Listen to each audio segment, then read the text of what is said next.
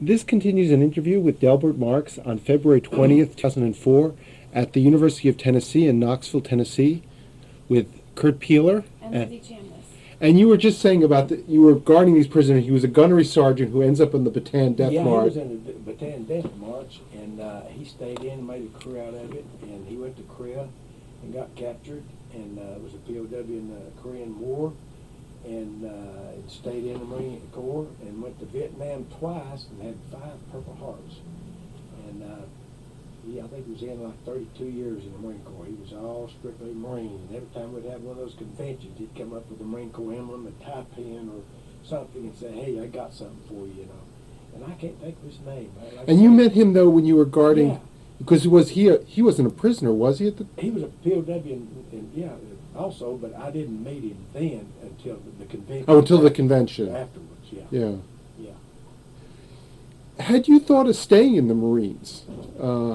No, I never did give a second thought because I knew I liked sports and what have you, and after I wanted to go back and be a teacher and a coach, and that's exactly what I wound up doing. When did you decide that? Because I asked you earlier, in high school you just thought join the service, right. And you... And I thought of that when I came back on my 30-day leave, and I had a few friends that was going out there, and a lot of guys that I played football with was going out there, and I said, well, I think I'll just go give it a try, And so I took my GED and went to state in 4 years, and I played 2 years of football, and then I majored in industrial arts and minored in physical education. I'm curious, before leaving the Marines, what were you told about? Were you told anything about about being in war and being in a POW as you were sort of leaving the Marine Corps, about how to sort of handle what you had gone through? Had anyone ever, Well, of course, there was a lot of articles in South City paper. I know my mother had some of those, and I don't know what happened to them. I got some of my brothers had got them, but yeah, it was on the front page there that she'd got letters from me, and it was quoted in there. And then when I came back, they was going to have a parade for me and the whole bit. And I think that night it was raining. We was supposed to go out East Tennessee State ball game, and we had to stay in the car. And the Marine Corps was with us, but behind it, and what have you. And my mother's picture, her hair rolled up, was right on the front page talking to me, welcome me home. So you had a welcome home when you... I had a big welcome home, yeah. And a lot of my high school coaches came to visit, and God, it must have been 50 people there, a lot of my high school buddies and what have you, when I came back. This was on your 30-day leave? 30-day leave, yeah. So the Marines really, you were considered a hero by them? Yeah, I didn't look at it that way, because the real heroes are the guys that's over there that didn't come back. It's Bird over there that still hadn't come back. Yeah. And the way I look at it, those guys are still fighting the war. They're still over there. How did it feel to sort of have all this attention? Yeah, it was. And like I say, there was an adjustment. And there's a lot of instances that I told you. Like one day I went to the pool room, and you're one of the guys I played football with, and he says he'd been, I think, in service and been overseas or something, and didn't know, and he come running up to me and said, "Guy, it looks." I heard somebody say, "That looks like Delbert Marks," and somebody said, "What it is?" And here he come running over there, and of course he didn't know, and I run into a lot of that quite a bit. The guys didn't know because they was stationed different places, and this type of thing. And so I ran into that quite a bit. People didn't know. But did you have any sort of, as you were leaving the Marine Corps, any sort of debriefing, like this is what you might experience? You might have bad dreams. Watch your language. Well, was there any of that type of? They told me that I probably would have some post-traumatic stress disorder, which I did. Yeah. I mean, how did they didn't have that term. What did they call it? Did they? Adjustment. Yeah. Yeah, they did go over. They did brief us and told us that there would be some adjustments and to adjusting to civilian life. Mm-hmm. Because being around those guys, like I say. Well, you mentioned assaulting language, and that. Assaulting language, and I had to adjust, which was was embarrassing a few times. You know. Did you ever, when you got back, did you have any, for example, did you ever have bad dreams? Oh yeah, yeah, a lot. You dream that you're still over there, and you go through that, and guys dying. I mean, do you still have those dreams, or? Well, not as often. Mhm. I did when I retired. I did, but I've done more. But when I had to go to VA, and of course they had me manic depressive on certain things, so I did still on some medication. Was this when you retired? Yeah. So in other words, it sounds like once you started back from. Retiring, a lot of that stuff. See, when I was teaching and coaching, I was so busy, and you just didn't have time to think of those, things, and family, and raising a family, and this type of thing. Did it?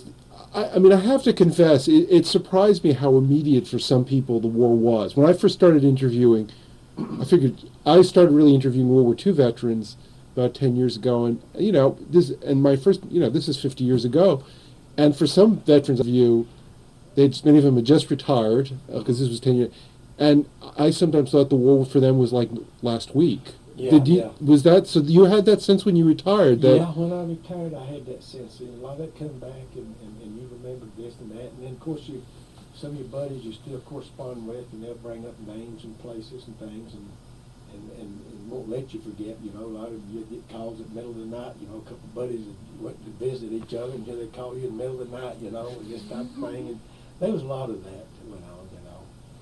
And those buddies you stayed with.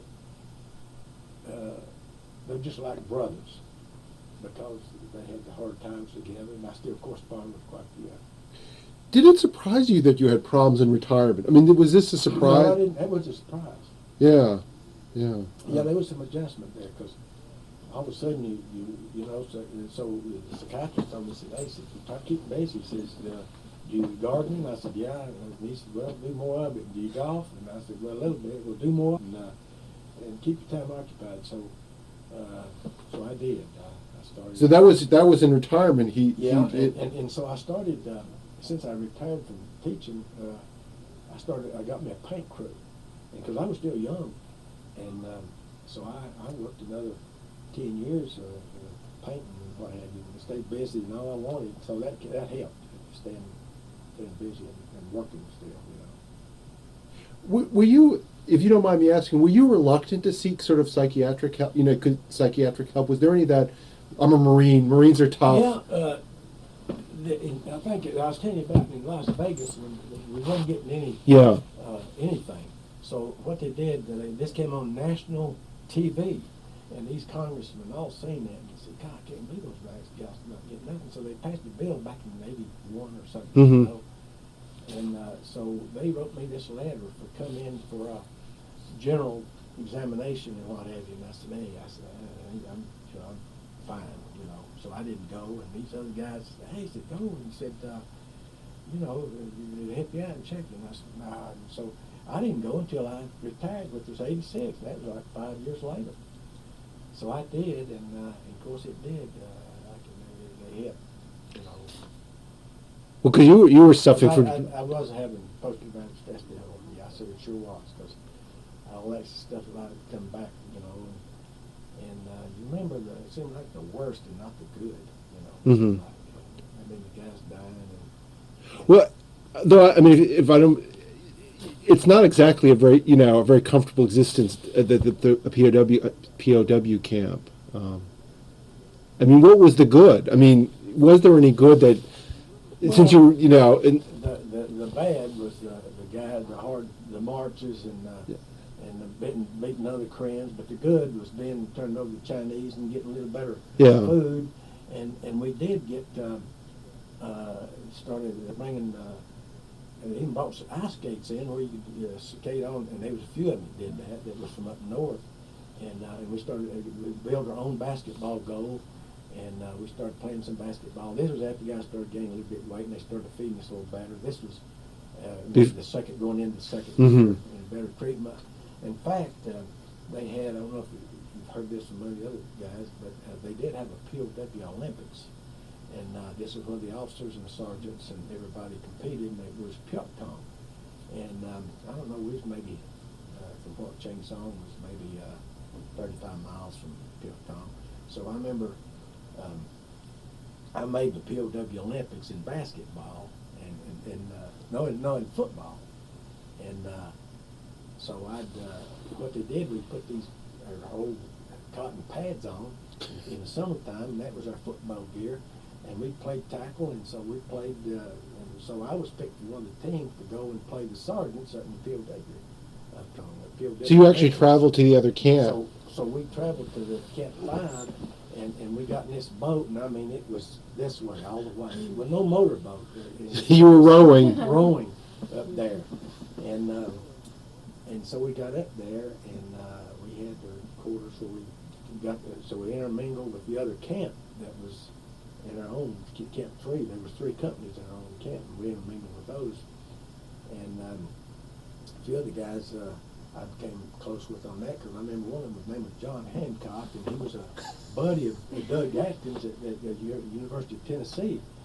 And so anyway, he grew up with him, was a big buddy, and so later on in the school, I had Doug Atkins' son in school, and I asked him if he knew John Hancock, and he said, golly, yeah. I said, you got anything on him, any pictures? And I said, yeah. And so I sent some pictures, and I got this big autographed picture of Doug Atkins, and signed my name to me, you know, for, he's still here in town, you know.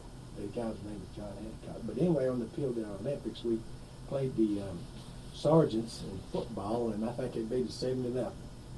And then they had volleyball, and they had a little bit more sweets and treats and this type of thing. And this was like maybe a month before we released or something, or you know, when the guys got a little better shape and they knew it was going to be released, so they started feeding us a little better, you know.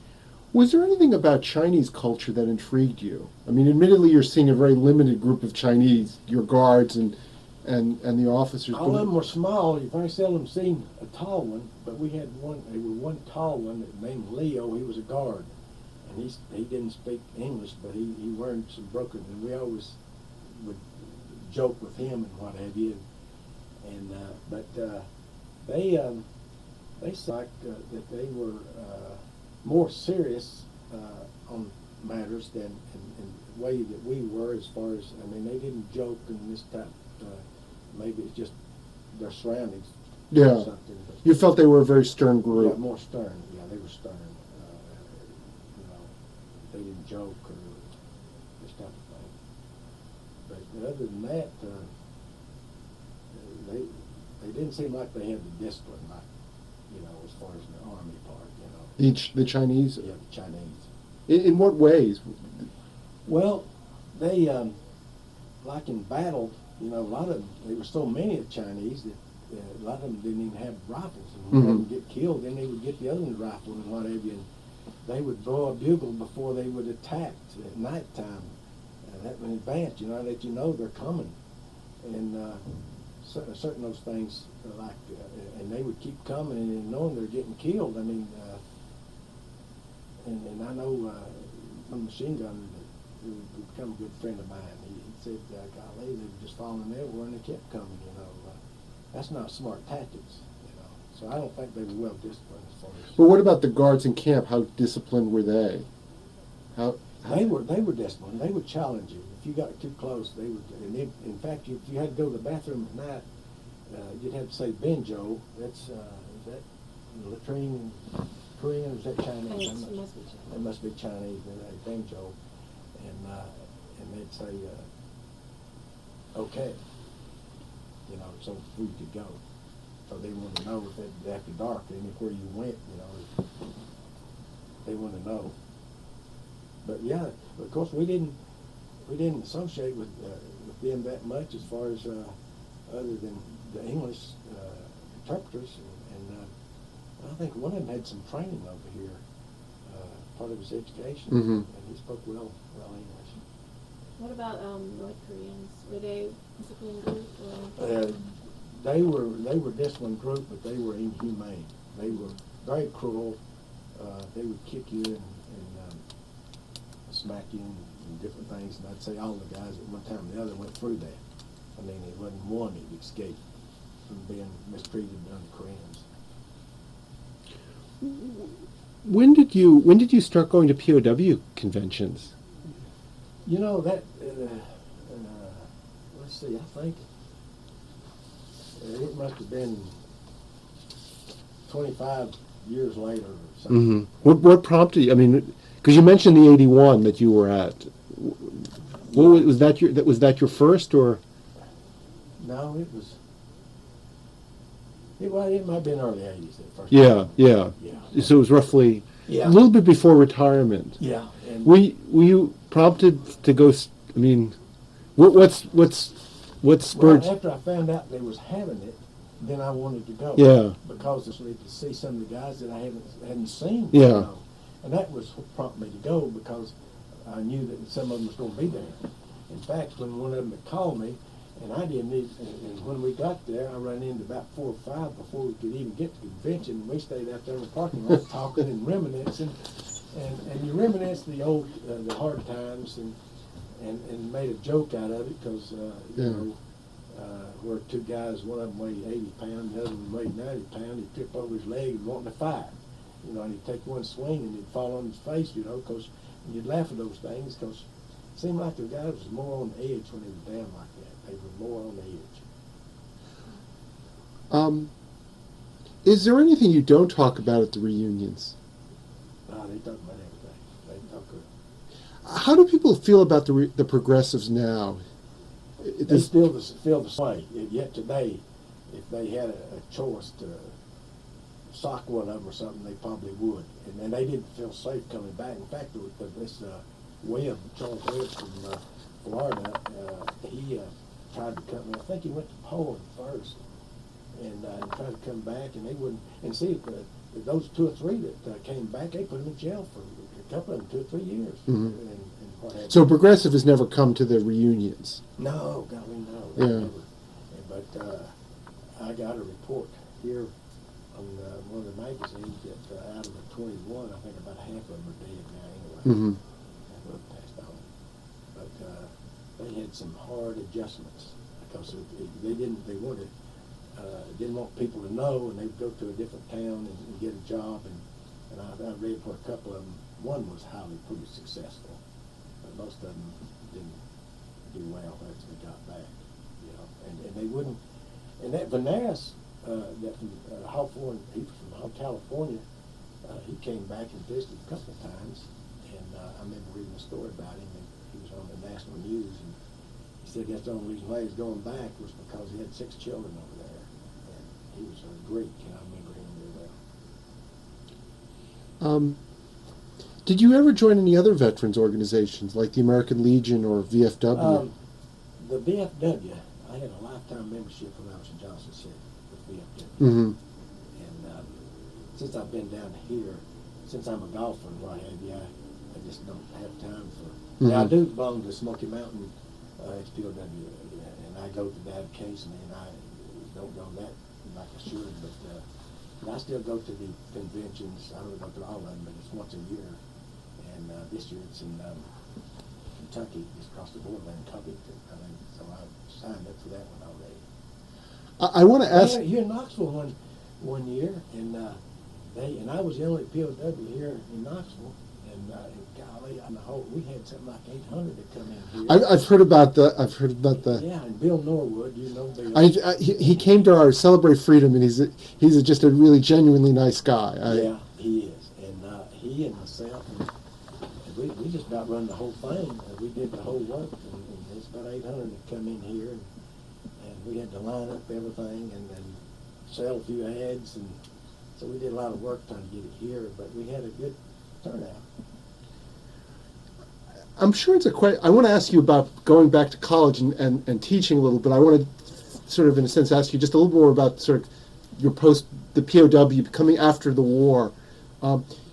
This is probably a question I think you might have thought of. What would you say to someone, to active duty, going abroad and saying you might become a prisoner? What advice would you have to someone who's in the service, saying, I hope you don't get captured, I hope you also don't get killed, but if you do get captured, this is what I wish I had known.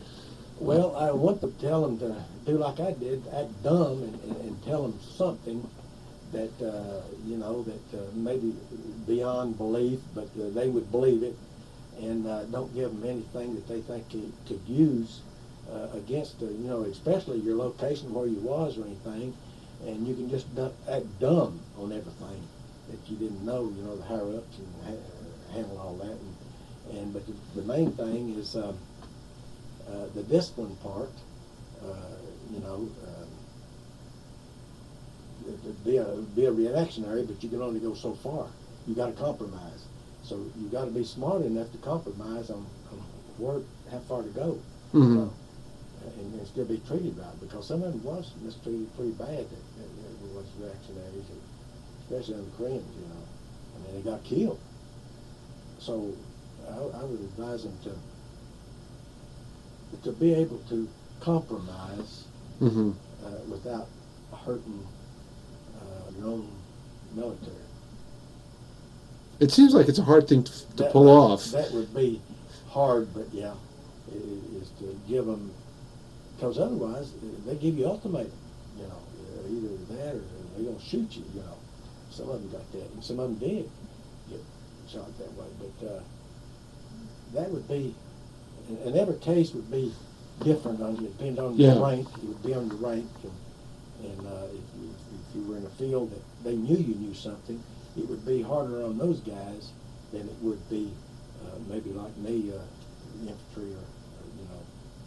So I'm sure that those other guys, like say some of those guys that went to Russia, they never did make it back. I know what they did. They shot them and that dumb that they never did have them. But they know that some of them went to Russia. Were you were aware as a prisoner that they were taken? Were you aware that prisoners were? I heard rumors. You heard rumors. I mean, I guess I should have asked this earlier. What kind of rumors would go on in camp? Well, like this one guy that I was telling you about, he was CIA, that was a ranger, and we never did know what happened to him. They took him out, and he disappeared, and nobody knows what camp he went. Nobody heard of him, well, I guess what kind of rumors would go around in the camp? Because your news is so late and so filtered. Did rumors get started that just you later look back and go, where did that come from? Yeah, Because where did that come from? Right. Well, sometimes the Chinese would, of course, it'd be some of it come from the progressors. yeah. But anyway, you knew what to believe and what not to believe. Yeah. Usually. But you had no rumors like the war was going to be over next month because. We heard those rumors and then it wouldn't happen. Yeah. We heard those rumors and it didn't happen. But like I say, if we had go 2 or 3 weeks without hearing a plane or a firefight or something in the air, we knew that the war must be over. So sure enough, that last one, that's what happened. Because we didn't have no planes, but we'd call them bed check Charlie. They would come at night, real slow, maneuvering around, and they would, and on our march. Another time, it was at night, and one of the guards was smoking, and I mean, there was a burst of fire that went right up beside of us because they was going by when he lit that cigarette because see they don't have lights on up there, and they just anything they can hit anything, and so. So you almost. Yeah. That was a pretty close call. It was. It was the Chinese one that done it, and I mean, he violated one of the prime. He did. With lighting a cigarette. Lighting a cigarette. Because that light, it's not a lot of light, but that just... And see, they didn't have good telephone service and this type of thing, but they would holler, Fiji Layla, which is American plane, and it would relay. You could hear them relaying, Fiji Layla, plane coming. By voice? By voice, yeah. And the spotters they had out, like guards and what have you. And they would let them know that. This was when we was marching, and they knew. Of course, on the camp, they knew where the camp was. But yeah, they would relay message at the plane, so they'd cut the lights off and this type of thing or whatever, But I remember one time we ourselves was on a march north, but we did get a different variety. They did kill a dog, and I ate part of a dog one time, but that was part of survival. And that was when we was getting 2 balls of crack corn a day, and then they did kill a dog, and they split it among 50 guys, But you didn't think twice. You just of course, the civilians did it. That sounds like that's left a real impression, eating dogs, because I think Americans. Oh yeah, you just can't. Yeah, I mean, because you were pretty poor growing up, but I don't think you ever thought of. No, didn't think of that. No. Yeah, no, I think it's No, very different cultural. Getting too far now. Before we leave Korea and W experience, is there any questions that Lindsay, before we move to? No. No, I just want to. One question it keeps coming in my head about your capture, and I should have asked it right away. But do you ever wonder why they took you a prisoner in the beginning? Because they could have just. I mean, just the way you've described it, they could have just easily have just shot you. Oh, they could. I mean, you even had your weapon nearby, so it wasn't even like you had your hands up in the air. I turned around. I was Yeah. I was going putting another clip. Yeah, yeah. And so I don't.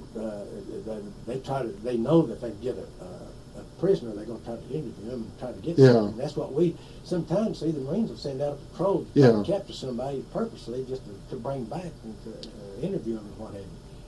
But they tied my hands by a wire, and I know the first 2 or 3 days was like that. And when you're marching with your hands behind you, it gets awful. You know, your shoulders and all gets in here.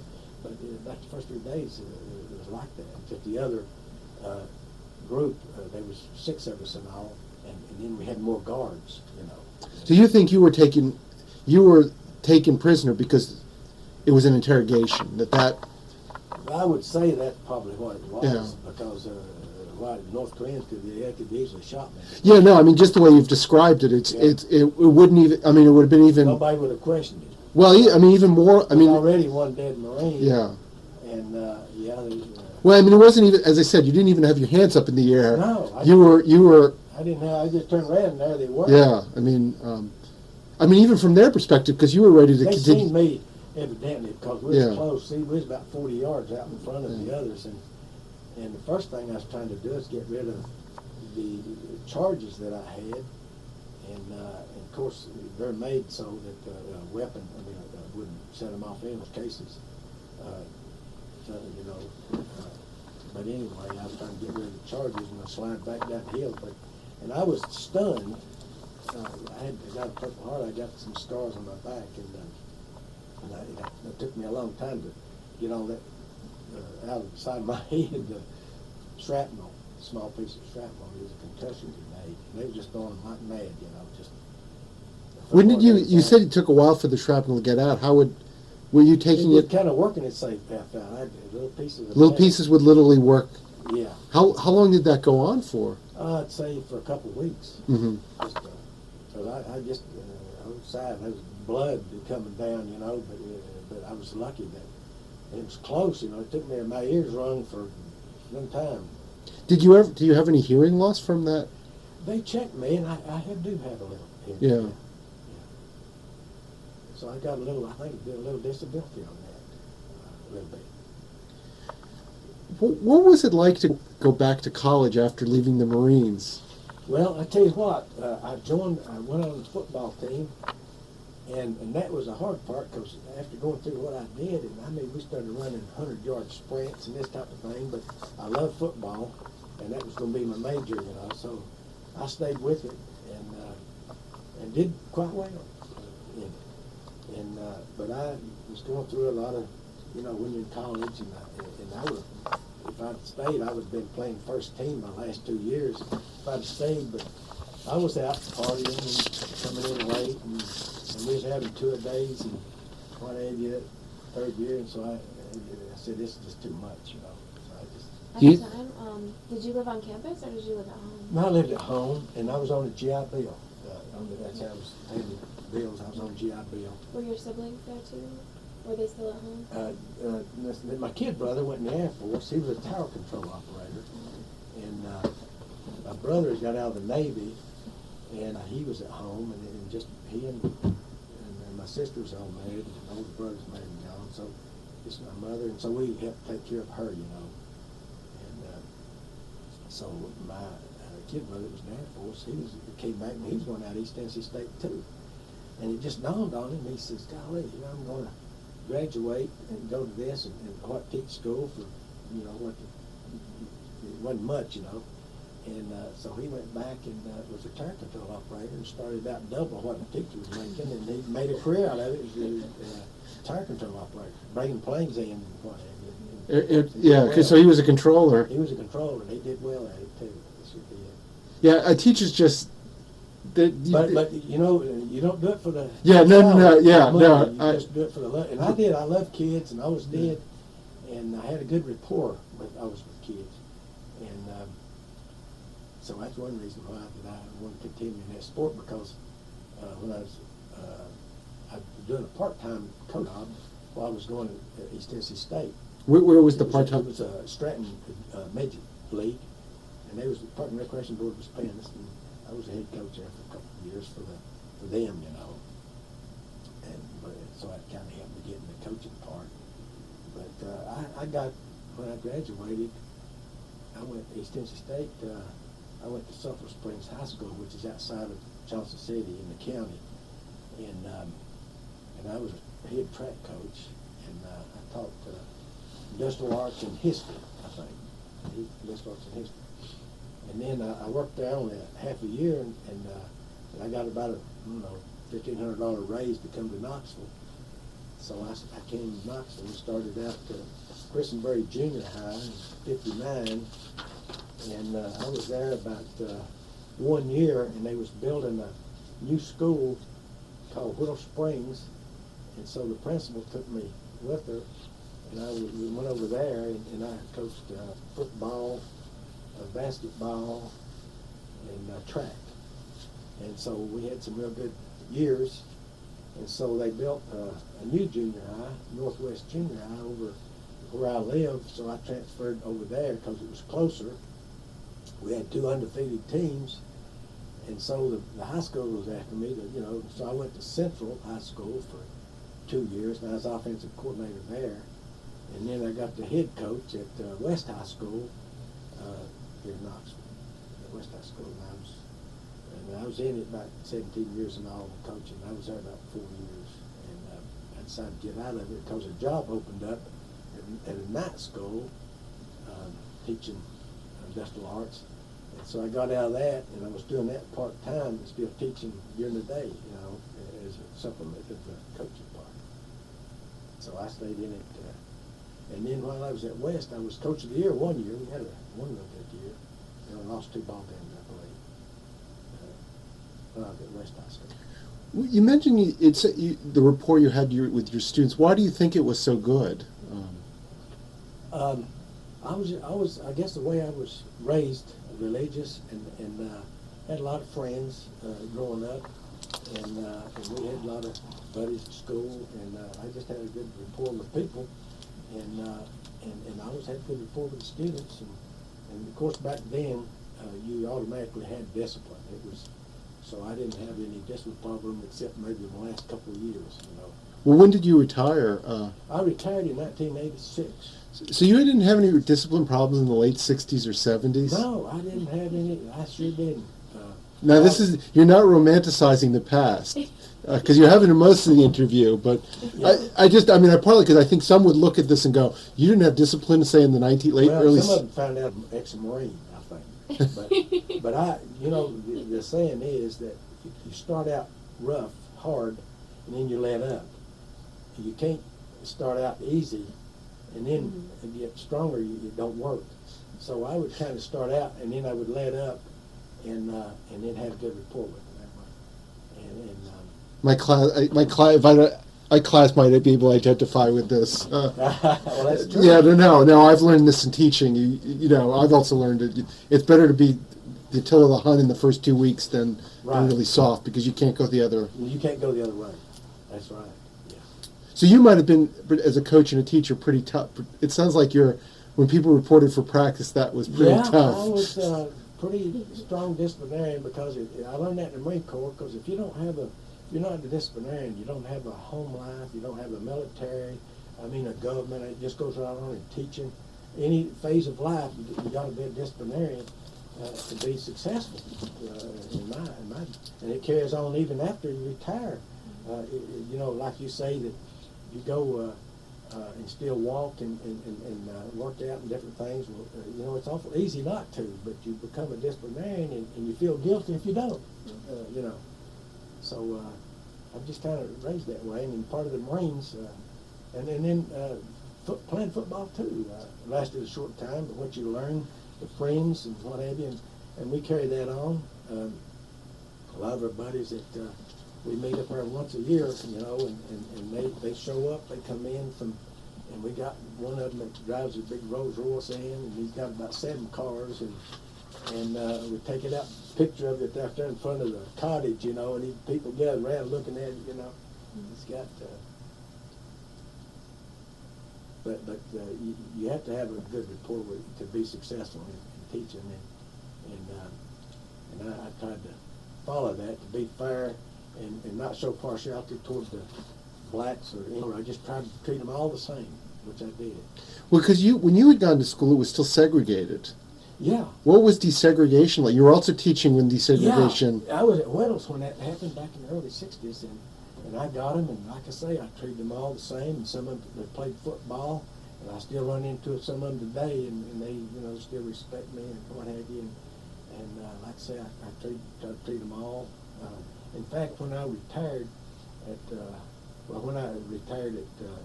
coaching, my last 5 or 6 years was at Spring Hill, because you had to leave the position open for a coach, you know. And it was about 50% black out there. And so anyway, when they found out I was going to retire, I had a group of about 5 or 6 black girls come and said, "Mr. Marks, we're going to elect your class next year and wait one more year till you retire." So I did have a good rapport with them, you know. And I had this old ugly picture of my brother used to have of a woman that had a long neck, and anyway, I used to carry that around with me and tell them it was a picture of my wife. Just kidding. And all of them they still remember that today. They'd say, "Hey, Mr. Marks, I want to see a picture of your wife." And they believed it at first. And it was a word going around, you know. And then my son was, I think he worked at Foot Locker out there, and he had one of the former students work for me. I walked in with my wife, he said, "Boy, I knew you was lying, so I finally get to meet your wife." By the way, how did you meet your wife? She was from Johnson City, and she was a majorette, and she also went to East Tennessee State, and she went 2 years out there. So you met in college after you got back? Yeah. Had you had a girlfriend when you went overseas? Yeah, I did, and I got quite a few left, but it didn't work out. And when I came back, she was dating somebody else, so I went another route, you know, this type of thing. When you were in college, how many Korean War vets were with you? There's quite a few. There's quite a few on the football team. I mean, there's veterans. It was Air Force and branches. Yeah. I guess a third of them was on a team. Played service ball or been in service or what have you. And come back and played. Well, we hear a lot about the GI Bills from World War II coming back. What about the sense of the Korean War? Yeah. What kind? When you socialized, who was it with? Was it primarily with the Korean War vets, or was it with just? It was with all, and that didn't. So you didn't have a split in your. We had, a lot of them was that we ran around with, and guys had been military, but some of our closer friends that wasn't, and. So you would have. And some of us I played high school ball against, and some of them went in service and come back and was playing as a unit, you know, as a group, and a lot of those, and some of them from Merwin. Lord Slagle, he was from Merwin, and Billy Joe Turner, and this Henry Lowe. Did you know Henry Lowe? He's from Merwin. No, but I'm related to Slagle. Yeah. And they were from Merwin, and I played high school ball against them, and then when we went out there, we played together. And Boone, Bill Ian played Boone.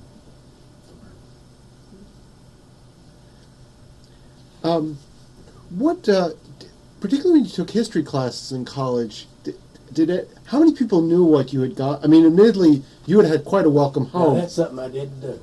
I didn't let them know that I was a kid. So after that initial homecoming, yeah, if they didn't know, you weren't going to tell them. I wasn't going to tell them. No, I didn't let them know. And later on, some of them found out. Of course, I didn't deny it. Yeah. I didn't deny it, but I didn't bring that up, and I didn't talk about it then. What about when you were teaching? How much did you? Well, some of your students knew you were in the Marines, but did you? Yeah, no, I did talk about the Marines. Yeah. But I didn't talk about the POW Yeah. part. I didn't. So a lot of the kids, yeah, they liked that part, coach and being the Marines. And that. So some of your foreign students, when they read this interview, they might be completely surprised that you had this whole other life in a sense. Yeah, that they didn't know that. Yeah. They did one article on me, I think, here in the Knoxville News Sentinel back when I retired. It was on the front page on Saturday morning. And I was sitting in a swing, and they'd say, "Come and interview me," and they had a few things in there in the story, But other than that, I didn't talk about it when I was teaching. Well, what about your wife? How much did you tell her when you met her and as you were getting married and stuff? Well, she's about 5 years younger than me, and she didn't associate too much. I mean, that much interested on what I went through. She didn't. That was just That was for her past. Yeah, her past. She didn't. Of course, I told her a few things would happen, but she didn't ask a lot of questions. And your children, did they ask a lot of questions? Yeah, now they did. I know the one when they was having the POWs over in Iraq. I think Channel 10 came out and interviewed me a few words, and they asked me about those POWs there and over there then. Of course, I told them by them coming out and being on TV, that was the best thing could have happened, because it would let the public know that they're alive and they're there. And I said Saddam Hussein will be held accountable, and that's what I told them, and something like that. And so my daughter was listening, a few things, and I didn't say a whole lot to my kids about it. So they might be surprised when they read some of this. Yeah, maybe so. Yeah, my daughter got it. It's not the first person. I mean, I've been sometimes surprised at sons and daughters and grandchildren will read interviews and say, they look at their parents or grandparents in a very different light. We get this magazine that they publish once a month, and a whole lot of the guys that has died, then their grandchildren, that they'll write in and want to know who knew them, and they want to know all about them. Then after it's too late. Yeah. They want to know all about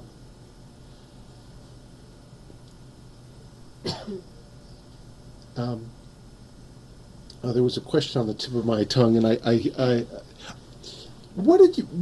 going back to in the 1960s, which not now, but what did you think of the Vietnam War? What were your? I tell you what, I was always American in values and all that. Whatever my government told me, that I was behind them. But after reading later, it might have been an unjust war, which it probably was now. But back then, but you would be a hawk. Yeah, I would have been a hawk. I sure would have. But thinking back now, yeah, I would have. No, I mean that's why I asked it then. Right. Yeah, no, I mean you sense of. Yeah, I was, and I tell you what, the Vietnam War veterans seem like they've had a harder adjustment than any of the group. You don't. A lot of them. You think they had a harder adjustment than you did? Yeah, they did. They got real lax in recruiting back then. They were just taking bodies over there, and they had poor discipline over there. And now the Marines, they was different. I tell you what, I had a first cousin that was he's attached to the Navy and the CIA, and he's still working there today. And he said when he first started with them that he knows all about the branches of services. In fact, one Marine that went AWOL said he had to chase him down. He was been gone about a year and a half, and he was working at one of these fast food places, and he had a beard and a mustache. And he said, "I had his picture. I knew it, but had the right guy." And he said, "I was going to arrest him, take him back because he'd been AWOL." And he said, "Oh, I'm going to sue you and sue the government and everybody else because you got the wrong man." He said, "I stuck to my gun because I knew I had the right guy." And he finally said, "Well, you got me." But I says, "Please let me get a haircut and a shave before you take me back, because those guys will kill me if you don't. And he knew that they would have. And see that military discipline right there, he hadn't forgot. Yeah, even AWOL. Him AWOL, and if he went back, he was still going to get a shave and a haircut before he went back. So that, and anyway, my cousin told me that that the Marine Corps still had, after all the branches of service, still had the discipline more so than any others. You know, some of them got lax. He said the Navy especially got lax. But of course, they can afford to be more lax ships and this type of thing, not facing front the enemy like that. But he said all of them got lax, but and then they started tightening back up. And the Army started tightening. They got lax, and they started tightening back up. So it's back to better now. But the Marine Corps never let up. No, I've gotten that. I've gotten that struck. You mentioned that there was a long line of your brothers had served. You told about I think it was an uncle who talked about a descendant who'd fought in the Civil War. Yeah, it was my grandfather's father that died in the Civil War. Yeah. You have two children. Yeah. Neither have gone into the military. No, neither one of them. Today it's just different. Back then it was a thing to do, patriotism and what have you. And patriotism was more stronger then than it is today, because maybe say more education and different lifestyle and different things. I don't know. Would you have liked your children to have gone into the military? My son, yeah, I think it would be good if all of them went in the military for a short period of time, whether it be a year or whatever, because the discipline you learn, and some of those kids today need the discipline. They really do. And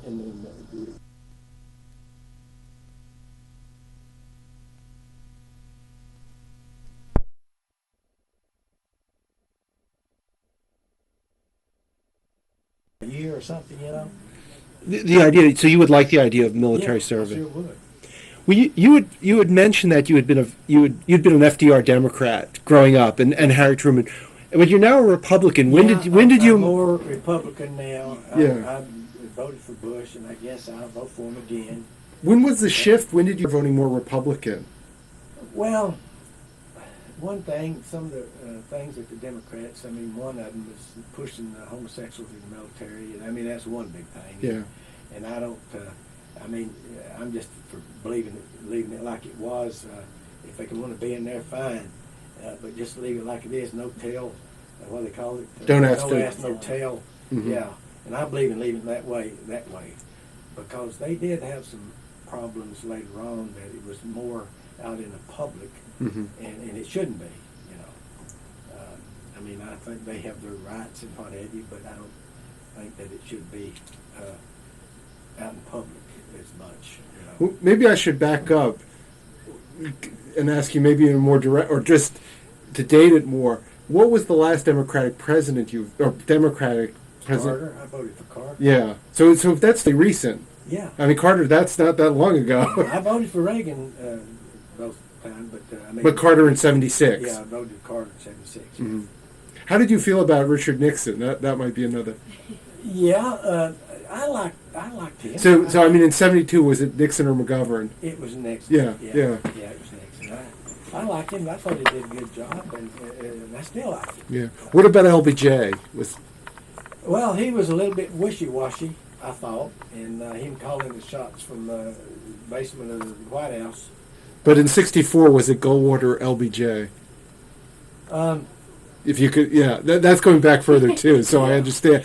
I think I was leaning a little bit more toward Goldwater. Mm-hmm. I was. Yeah, I was. Back then, I sure was. But I'm more independent. No. Your votes have clearly indicated that. That you don't have to. That's pretty. But it'll be a close race this time, I think. I really do. Is there anything we forgot to ask, or that you'd want to tell? I mean, it's been a really enjoyable interview. Oh, I'm curious. What do your children do now? Where do they live? My daughter is a substitute teacher, and and my son works at Burlow, and he's a general manager of mattress outfit here in Knoxville. You know, Burlow Mattress. They got about 4 or 5 stores. They got a couple of them in Johnson City, I think. And so he got in there. He used to work shoe salesman. He was a manager at the Foot Locker. And do they have kids? Yeah, three children, 3 boys and 1 girl, grandchildren. Yeah, they're precious, and the youngest one is 5, and where the girl is something like just turned 7. You know, like 12 and 10, something like that. So you're having a good time with Oh them. yeah. You've never been back to Korea, have you? No, but you know, some of those guys have went back on vacation to Korea, and I would like to sometimes, and I know I would enjoy it. So it's something you've thought of doing, it sounds like. Yeah, and I have no animosity at all toward the Korean people, even though what I went through, because I've run into a few that teach in school and different things, and I don't have no animosity whatsoever. What about China? Is that a place you'd be curious to go to? Yeah, and I would like to go back to China. Yeah. Yeah, I sure would. What strikes me in the interview, you have very little ill will.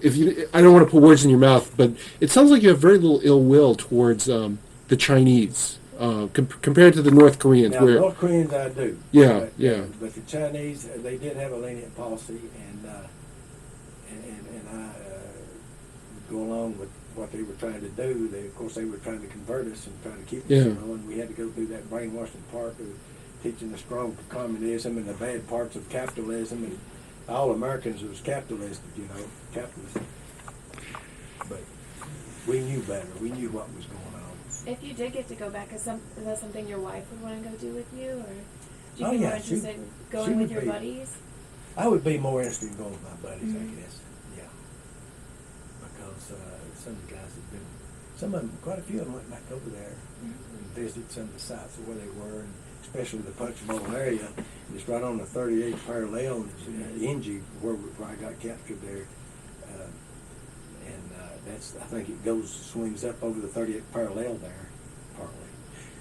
This strikes me as an obvious question because you've just indicated, just the way you've talked throughout the interview, but you have lots of friends. Yeah. You really do have genuinely, because a lot of men don't have a lot of friends. And it sounds like you just have lots of friends of all different, some you play golf with, some you... In fact, there's about 11 or 12 of us that play golf together. Yeah. And I still meet, still correspond with guys that we grew up with. And in fact, my brothers, I think, started that in Johnson City. Every Wednesday they have a breakfast. They go out to the Kmart, and it grew from when they retired. And now there's about 20 of them. And when I go up, I go in and see all of them and reminisce and play ball with some of them and this type of thing. Well, because you said you even correspond with some of the Michigan people. Oh yeah, I do. Yeah. Yeah, So I do. you've been a very active friend. Friendships are also hard to keep up. Yeah, I correspond with I get about 30 Christmas cards or so, I guess, every Christmas from a lot of different buddies and what have you. And one of them, I should have brought that one picture, I guess. He is a whole battalion when we was in California, and I'd forgot him, and he was one of them, this Bob Nichols that came to visit me, and he's what called me and thought I was dead too. Well, he was right beside him in this picture that he sent me, and he came to visit me. And we got together, and I took him to Gatlinburg and what have you, and he wasn't a POW. Mm-hmm. And I still correspond with some of them that wasn't a POW, Yeah. I was a Marines with. A couple of them from Iron Mountain, Michigan, and one of them visited me last summer, and one of them I got a Christmas card that's going to visit me coming down, I think, this summer. So yes, I still correspond with some of them. Well, I want to... I've been staring at your obituary notice. Was there a memorial service or? Yeah, there was temporarily that at one of the churches that they had something that all of my friends went to, and I I don't know exactly what it was. But there was even Yeah. there was. Well, I figured maybe it's one of the things to close the interview because very few people are able to read their obituary. To read their own obituary. Yeah, it's a very, you're a very fortunate few. But I want to read it actually onto the record because it appeared in the Johnson City Press Chronicle on October 8th, 1951. And there's a picture of you smiling in your Marine Corps dress, blues. Killed in Korea, Private First Class Delbert Marks, above, was killed in action in Korea. Relatives have been notified. He is the son of Mrs. Anna L. Marks, 109 East Uneka Avenue, a member of the East Uneka Avenue Baptist Church. Yeah. Marks was sent to Korea in July. He entered service in January. Yeah. And my brothers and sisters, all except one brother, still belong to that same church, the Uneka Avenue Baptist Church. And I still go there occasionally when I go up, go visit with my So it's your childhood church is still... childhood church still, yeah. And still see a lot of the old friends. But it's surprising how many of those people are deceased. And a lot of those conventions, from one year to the next, how many of the guys pass away. Because, see, I'm 72, I'll be 73 my birthday. And a lot of those guys getting that age, that you just hear one of them passed away or something, It's like 5 or 6, I think, from last year up to this year, And one of them was a Tiger group that just passed away, and he was a little Filipino, always had a smile on his face. He was from California, though, and he was in that Tiger group, and just one of the best friends that just recently passed away. But that's something you expect, But I try to take care of myself as much as I can. Like I say, I will golf and walk in the garden, and then walk a couple miles every day. So I try to. No, I mean, walking is a rare thing to see people do in Knoxville Yeah. overall. So, we appreciate it, and we really appreciate you giving us this interview. And Absolutely. Well, glad to have met you, Lindsay, and I hope you success in your field, and maybe I'll have to read her better, been ambassador somewhere in the foreign Maybe so. or something. You never know. And glad to meet you. yeah, no, I really thank you very much.